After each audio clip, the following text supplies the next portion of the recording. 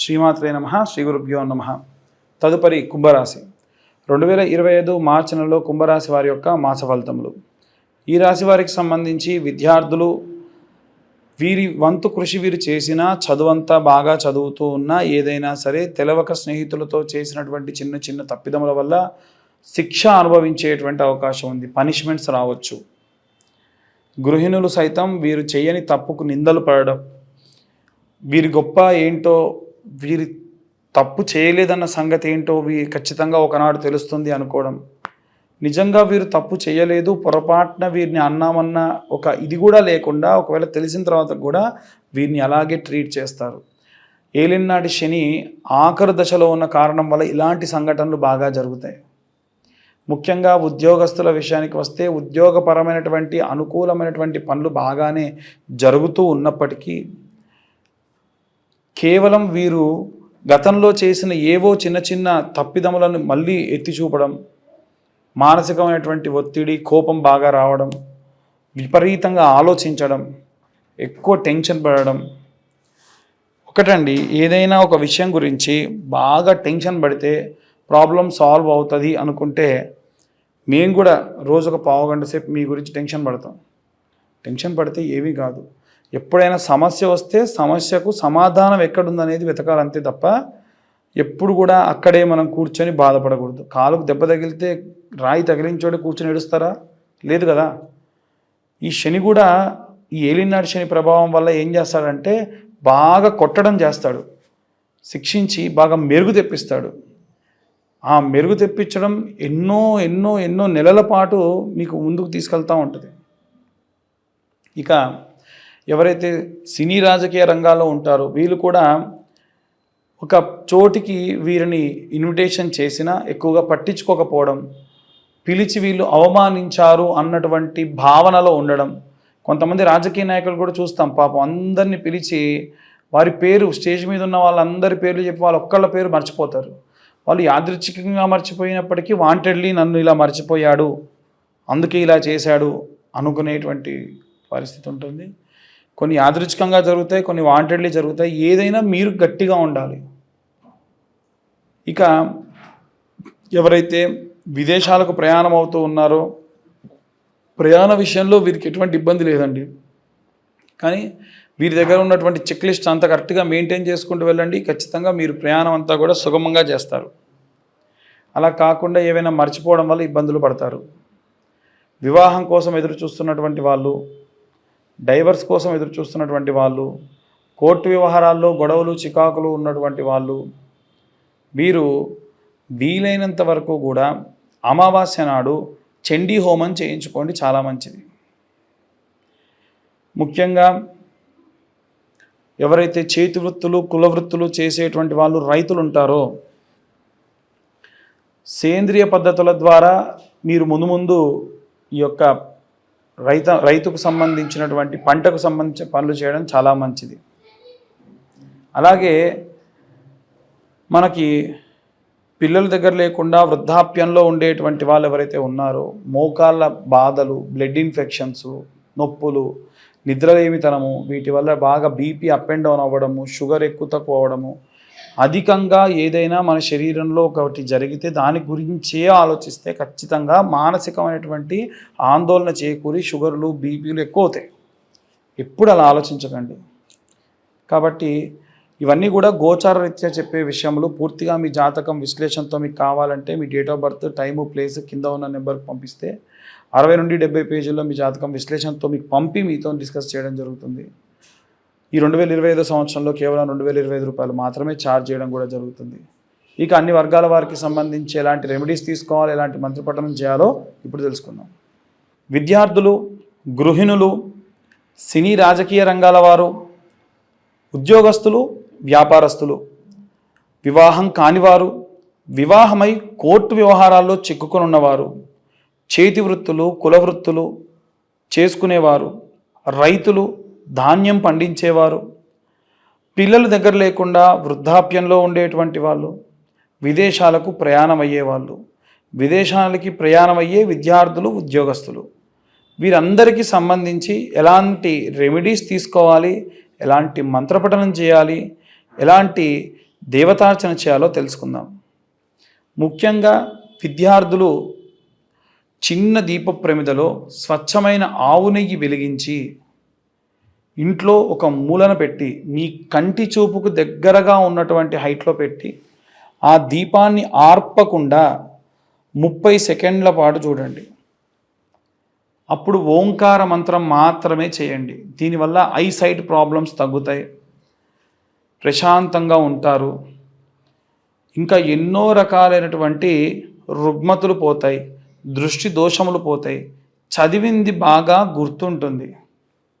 అలాగే నీలా సరస్వతి స్తోత్రము కానీ, అలాగే అమ్మవారికి సంబంధించినంత వరకు, సరస్వతీదేవికి సంబంధించినంత వరకు స్తోత్రములు ఎన్ని ఉంటే అన్ని చదవడము, వినడము, రాయడము చేస్తే మంచిది. వాగ్దేవ్యై చ విద్మహే బ్రహ్మపత్నీ చ ధీమహి తన్నో వాణి ప్రచోదయాత్ అనే మంత్రాన్ని పిల్లలతో చదివించండి. ఓం గం గణపతయే నమః అన్న మంత్రాన్ని చదివించండి. చాలా ప్రశాంతంగా పిల్లలకు విద్య అభ్యసించేటువంటి అవకాశం ఉంటుంది. అలాగే ఎవరైతే గృహిణులు ఉంటారో వీలైనంత వరకు కూడా గృహిణులు ఇంత చిన్న గౌరమ్మను ఒక శుక్రవారం నాడు చేసుకొని ప్రతి శుక్రవారం నాడు కూడా కుంకుమార్చన చేసుకోండి. ఆ కుంకుమలో కాస్త పచ్చకర్పూరం కలిపి కుంకుమార్చన చేయండి.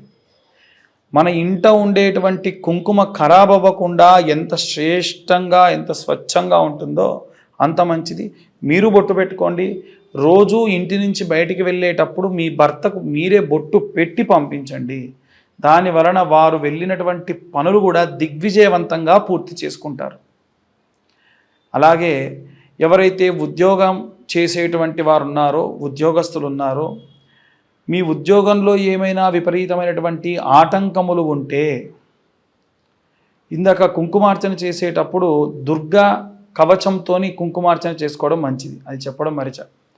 అలాగే ఉద్యోగం చేసేటువంటి వాళ్ళు కాలభైరవాష్టకాన్ని చదువుకోండి నిత్యం అసుర సంధ్యా సమయంలో.